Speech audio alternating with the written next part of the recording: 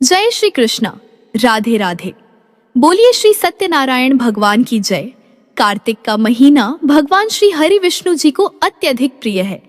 वैसे तो पूरे कार्तिक मास में श्री सत्यनारायण भगवान की कथा को सुनने से अनंत फलों की प्राप्ति होती है, किंतु देव उठनी एकादशी से लेकर कार्तिक पूर्णिमा तक के 5 दिनों में श्री सत्यनारायण भगवान की कथा को सुनने से मनुष्यों के सभी पाप और संकट कट जाते हैं तथा सभी मनोकामनाओं की पूर्ति होती है। इसमें कोई शंका नहीं है। तो आइए भगवान श्री लक्ष्मी नारायण जी के चरणों का ध्यान करते हुए बड़ी ही श्रद्धा और प्रसन्न चित्त मन से श्री सत्यनारायण भगवान की कथा का रसपान करते हैं। आप सभी श्रोताओं से अनुरोध है कि श्री सत्यनारायण भगवान की कथा को पूरा अवश्य सुनिएगा। कथा को सुनने से पहले कमेंट बॉक्स में श्री सत्यनारायण भगवान की जय लिखकर अपनी हाजिरी अवश्य लगाएं। कथा को सुनने से पहले कमेंट बॉक्स में श्री सत्यनारायण भगवान की जय लिखकर अपनी हाजिरी अवश्य लगाएं। बोलिए श्री सत्यनारायण भगवान की जय। एक समय की बात है, नैमिषारण्य तीर्थ में शौनक आदि 88,000 ऋषियों ने श्री सूत जी से पूछा, हे प्रभु, इस कलयुग में वेद विद्या रहित मनुष्य को प्रभु भक्ति किस प्रकार मिल सकती है तथा उनका उद्धार कैसे होगा। हे मुनिश्रेष्ठ, कोई ऐसा तप बताइए जिससे थोड़े समय में ही पूर्ण फल मिले और मनोवांछित फल भी मिल जाए। इस प्रकार की कथा सुनने की हम इच्छा रखते हैं।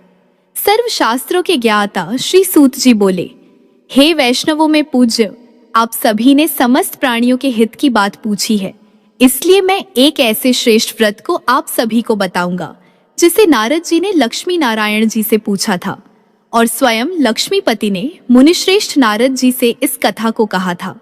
आप सब इसे ध्यान से सुनिए। एक समय की बात है, योगीराज नारद जी दूसरों की हित की इच्छा लिए अनेकों लोकों में घूमते हुए मृत्यु लोक में आ पहुंचे। यहाँ उन्होंने अनेक योनियों में जन्मे प्रायः सभी मनुष्य को अपने कर्मों द्वारा अनेकों दुखों से पीड़ित देखा। उनका दुख देख नारद जी सोचने लगे कि कैसा यत्न किया जाए जिसके करने से निश्चित रूप से मानव के दुखों का अंत हो जाए। इसी प्रकार मनन करते हुए वह विष्णु लोक में गए। वहां वह देवों के ईश नारायण की स्तुति करने लगे, जिनके हाथों में शंख, चक्र, गदा और पद्म थे और गले में वरमाला पहने हुए थे। स्तुति करते हुए नारद जी बोले, हे भगवान, आप अत्यंत शक्ति से संपन्न हैं। मन तथा वाणी भी आपको नहीं पा सकती। आपका आदि, मध्य तथा अंत नहीं है। निर्गुण स्वरूप सृष्टि के कारण भक्तों के दुख को दूर करने वाले हैं।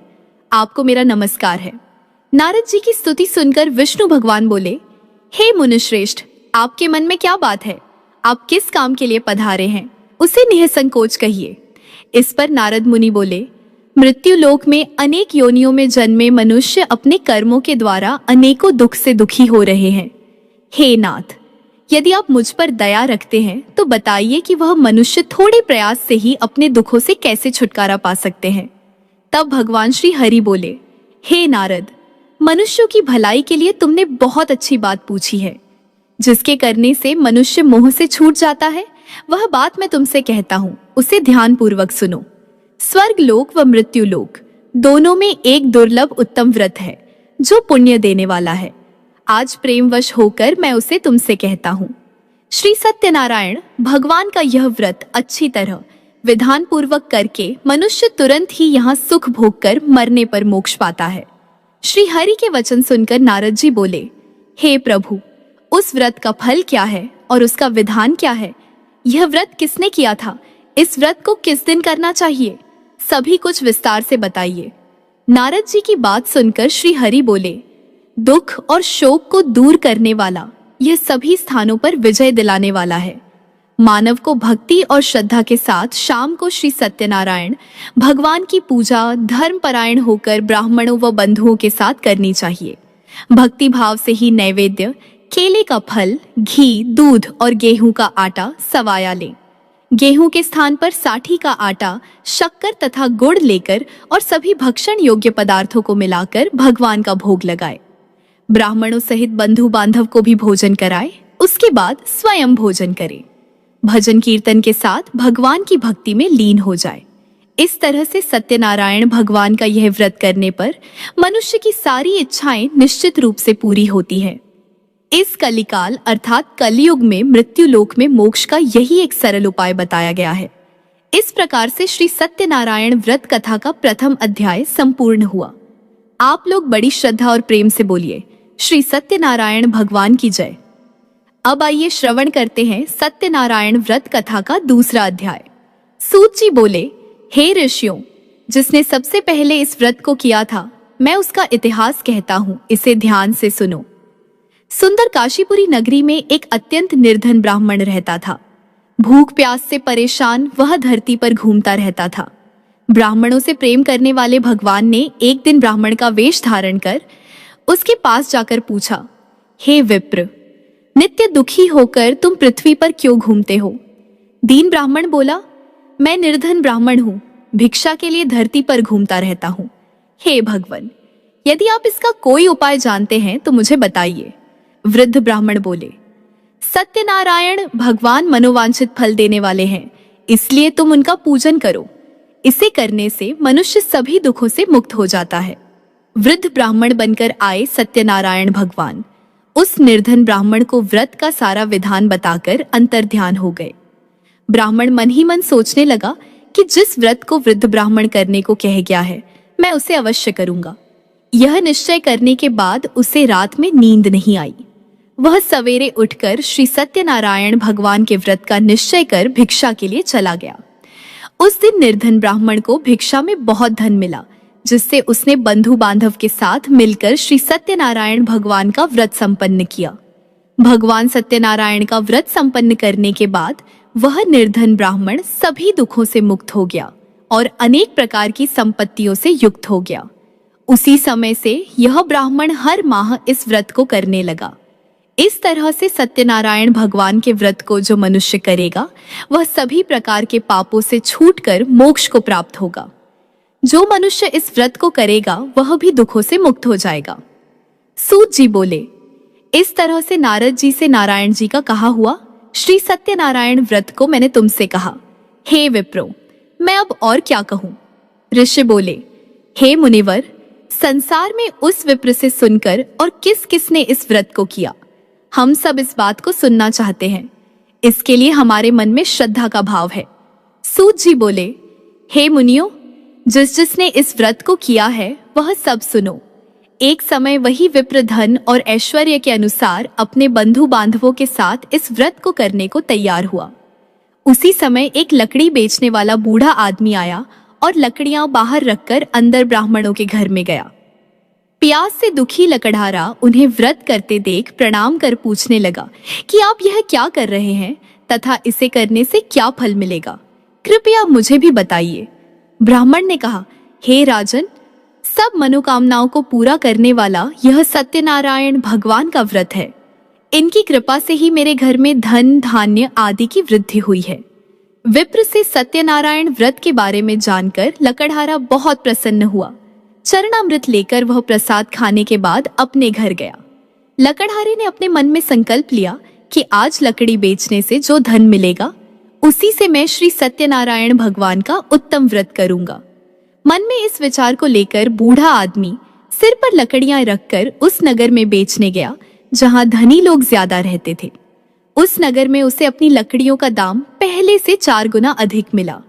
बूढ़ा प्रसन्नता के साथ दाम लेकर केले, शक्कर, घी, दूध, दही और गेहूं का आटा लिया और सत्यनारायण भगवान के व्रत की अन्य सामग्रियां लेकर अपने घर गया। वहां उसने अपने बंधु बांधव को बुलाकर विधि विधान से सत्यनारायण भगवान का पूजन और व्रत किया। इस व्रत के प्रभाव से वह बूढ़ा लकड़हारा धन, पुत्र आदि से युक्त होकर संसार के समस्त सुख भोगकर अंतकाल में वैकुंठ धाम चला गया। इसी प्रकार श्री सत्यनारायण व्रत कथा का दूसरा अध्याय संपूर्ण हुआ। आप लोग बड़े श्रद्धा और प्रेम से बोलिए, श्री सत्यनारायण भगवान की जय। अब आइए श्रवण करते हैं सत्यनारायण व्रत कथा का तीसरा अध्याय। सूत जी बोले, हे श्रेष्ठ मुनियों, अब आगे की कथा कहता हूँ, उसे ध्यान पूर्वक सुनिए। प्राचीन काल में उल्कामुख नाम का एक बुद्धिमान राजा था। वह सत्यवक्ता और जितेंद्रिय था। प्रतिदिन देव स्थानों पर जाता और निर्धनों को धन देकर उनके कष्ट दूर करता था। उसकी पत्नी कमल के समान मुख वाली तथा सती साध्वी थी।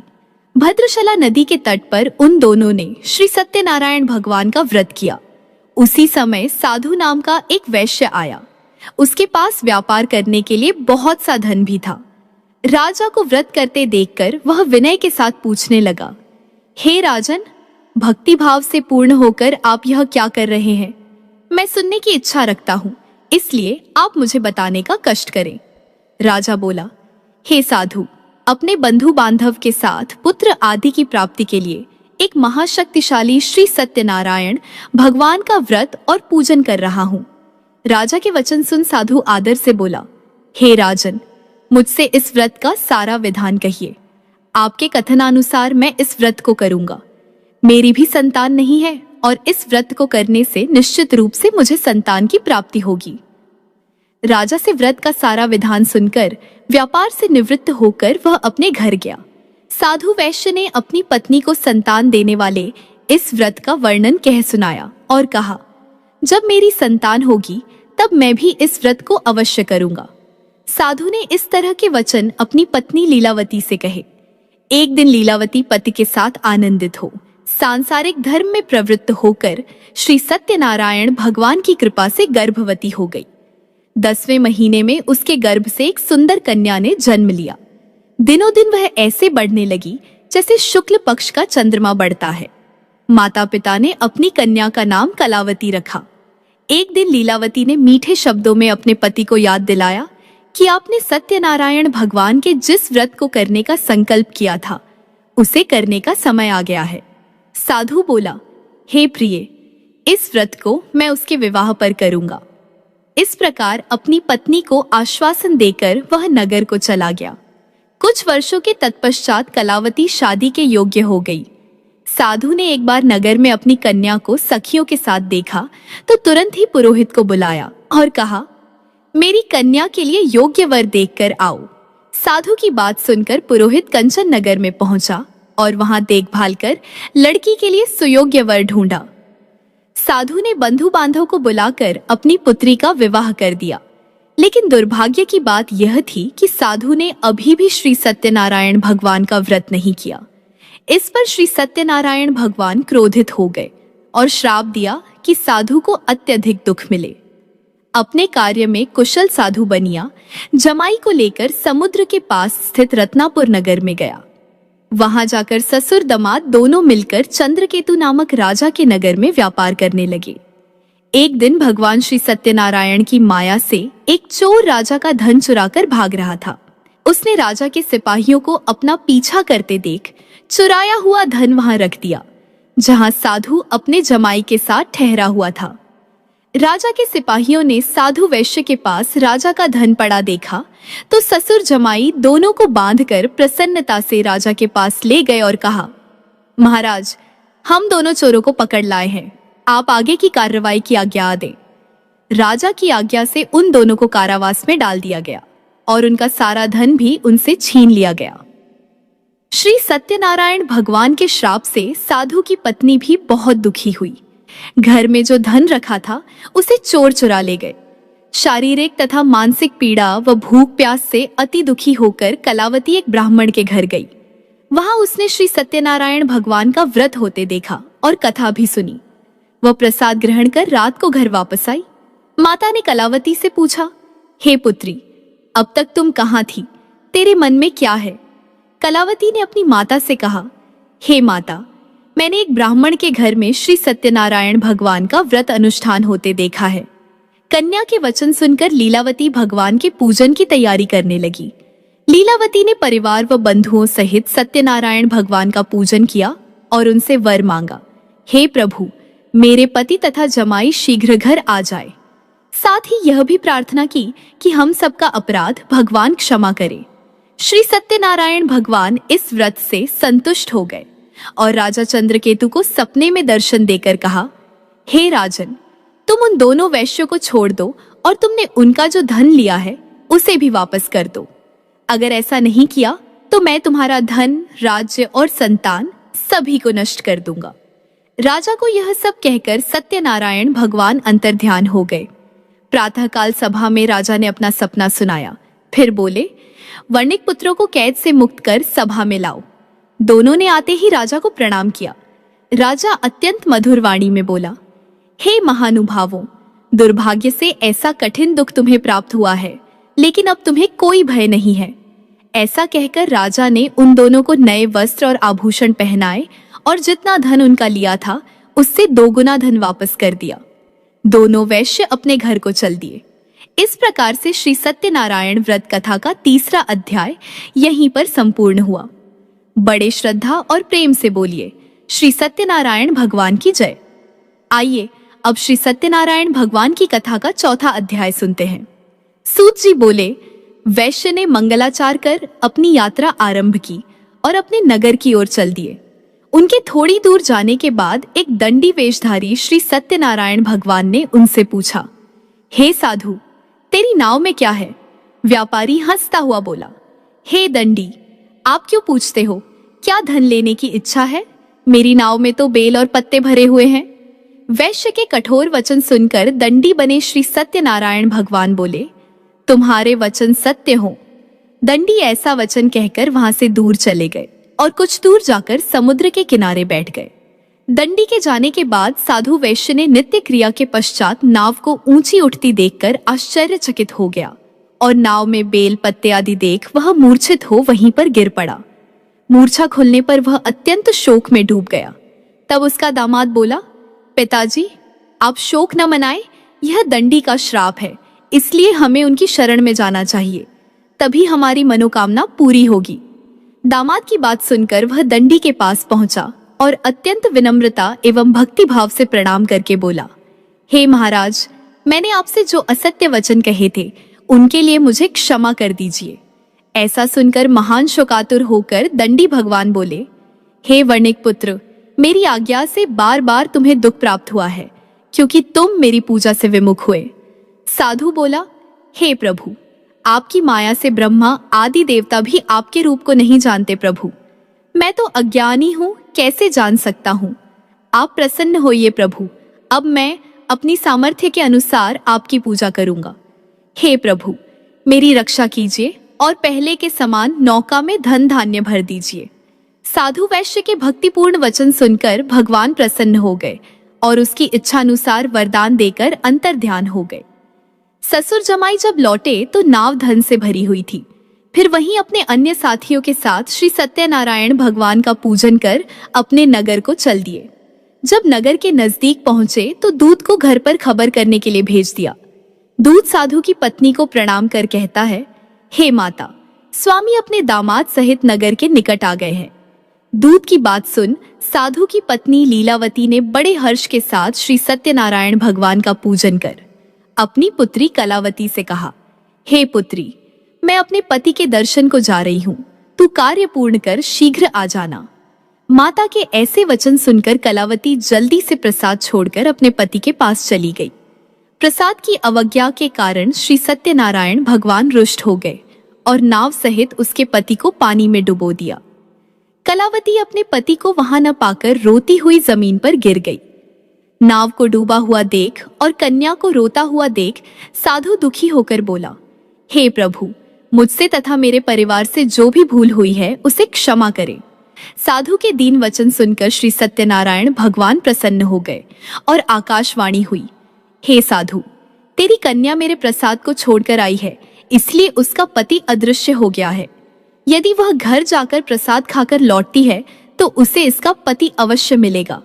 ऐसी आकाशवाणी सुनकर कलावती घर पहुंचकर प्रसाद ग्रहण करती है और फिर आकर अपने पति के दर्शन करती है। इसके बाद साधु अपने बंधु बांधव सहित श्री सत्यनारायण भगवान का विधि विधान से पूजन करता है। इस लोक का सुख भोगने के बाद अंत में स्वर्ग जाता है। इस प्रकार से श्री सत्यनारायण भगवान व्रत कथा का 4th अध्याय संपूर्ण हुआ। बड़े ही श्रद्धा और प्रेम से बोलिए श्री सत्यनारायण भगवान की जय। आइए अब श्री सत्यनारायण भगवान की कथा का 5वां अध्याय सुनते हैं। सूत जी बोले, हे ऋषियों, मैं और भी एक कथा सुनाता हूँ, उसे भी ध्यान पूर्वक सुनो। प्रजा पालन में लीन तुंगध्वज नाम का एक राजा था। उसने भी भगवान का प्रसाद त्याग कर बहुत दुख सहन किया। एक बार वन में जाकर वन्य पशुओं को मारकर वह वट के पेड़ के नीचे आया। वहां उसने ग्वालों को भक्ति भाव से अपने बंधुओं सहित सत्यनारायण भगवान का पूजन करते देखा। अभिमानवश राजा उन्हें देखकर भी पूजा स्थल पर नहीं गया और न ही उसने भगवान को नमस्कार किया। ग्वालों ने राजा को प्रसाद दिया, लेकिन उसने वह प्रसाद नहीं खाया और प्रसाद को वहीं छोड़कर अपने नगर को चला गया। जब वह नगर में पहुंचा तो वहां सब कुछ तहस नहस हो चुका था। वह राजा शीघ्र ही समझ गया कि यह सब भगवान ने ही किया है। वह दोबारा ग्वालों के पास पहुंचा और विधि पूर्वक पूजा करके प्रसाद खाया तो श्री सत्यनारायण भगवान की कृपा से सब कुछ पहले जैसा हो गया। दीर्घ काल तक सुख भोगने के बाद मरणोपरांत उसे स्वर्ग लोक की प्राप्ति हुई। जो मनुष्य परम दुर्लभ इस व्रत को करेगा अथवा सुनेगा, भगवान श्री सत्यनारायण की अनुकंपा से उसे धन धान्य की प्राप्ति होगी। सत्यनारायण भगवान की कृपा से निर्धन धनी हो जाता है और दुर्बल बलवान हो जाता है। संतानहीन मनुष्य को संतान सुख मिलता है और सारे मनोरथ पूर्ण होने पर मानव अंत काल में बैकुंठ धाम को जाता है। सूत जी बोले, जिन्होंने पहले इस व्रत को किया, अब उनके दूसरे जन्म की कथा भी सुनिए। शतानंद नामक ब्राह्मण ने सुदामा के रूप में जन्म लेकर भगवान श्री कृष्ण की भक्ति कर मोक्ष प्राप्त किया। उल्कामुख नाम के महाराज राजा दशरथ बने और श्री रंगनाथ का पूजन कर बैकुंठ को प्राप्त हुए। साधु नाम के वैश्य ने धर्मात्मा व सत्य प्रतिज्ञा राजा मोरध्वज बनकर अपने पुत्र को आर्य से चीरकर मोक्ष को प्राप्त हुआ। महाराज तुंगध्वज स्वयंभू मनु हुए। उन्होंने बहुत से लोगों को भगवान की भक्ति में लीन कर मोक्ष प्राप्त किया। लकड़हारा भील अगले जन्म में निषाद राजा हुआ, जिसने भगवान श्री राम के चरणों की सेवा कर मोक्ष प्राप्त किया। इस प्रकार श्री सत्यनारायण व्रत कथा का 5वां अध्याय संपूर्ण हुआ। बड़ी ही श्रद्धा और प्रेम से बोलिए श्री सत्यनारायण भगवान की जय। बोलिए श्री सत्यनारायण भगवान की जय। श्रोताओं, पूरी सत्यनारायण व्रत कथा का निहितार्थ यह है कि लौकिक एवं पारलौकिक हितों की साधना के लिए मनुष्य को सत्य आचरण का व्रत लेना चाहिए। सत्य ही भगवान है, सत्य ही विष्णु है।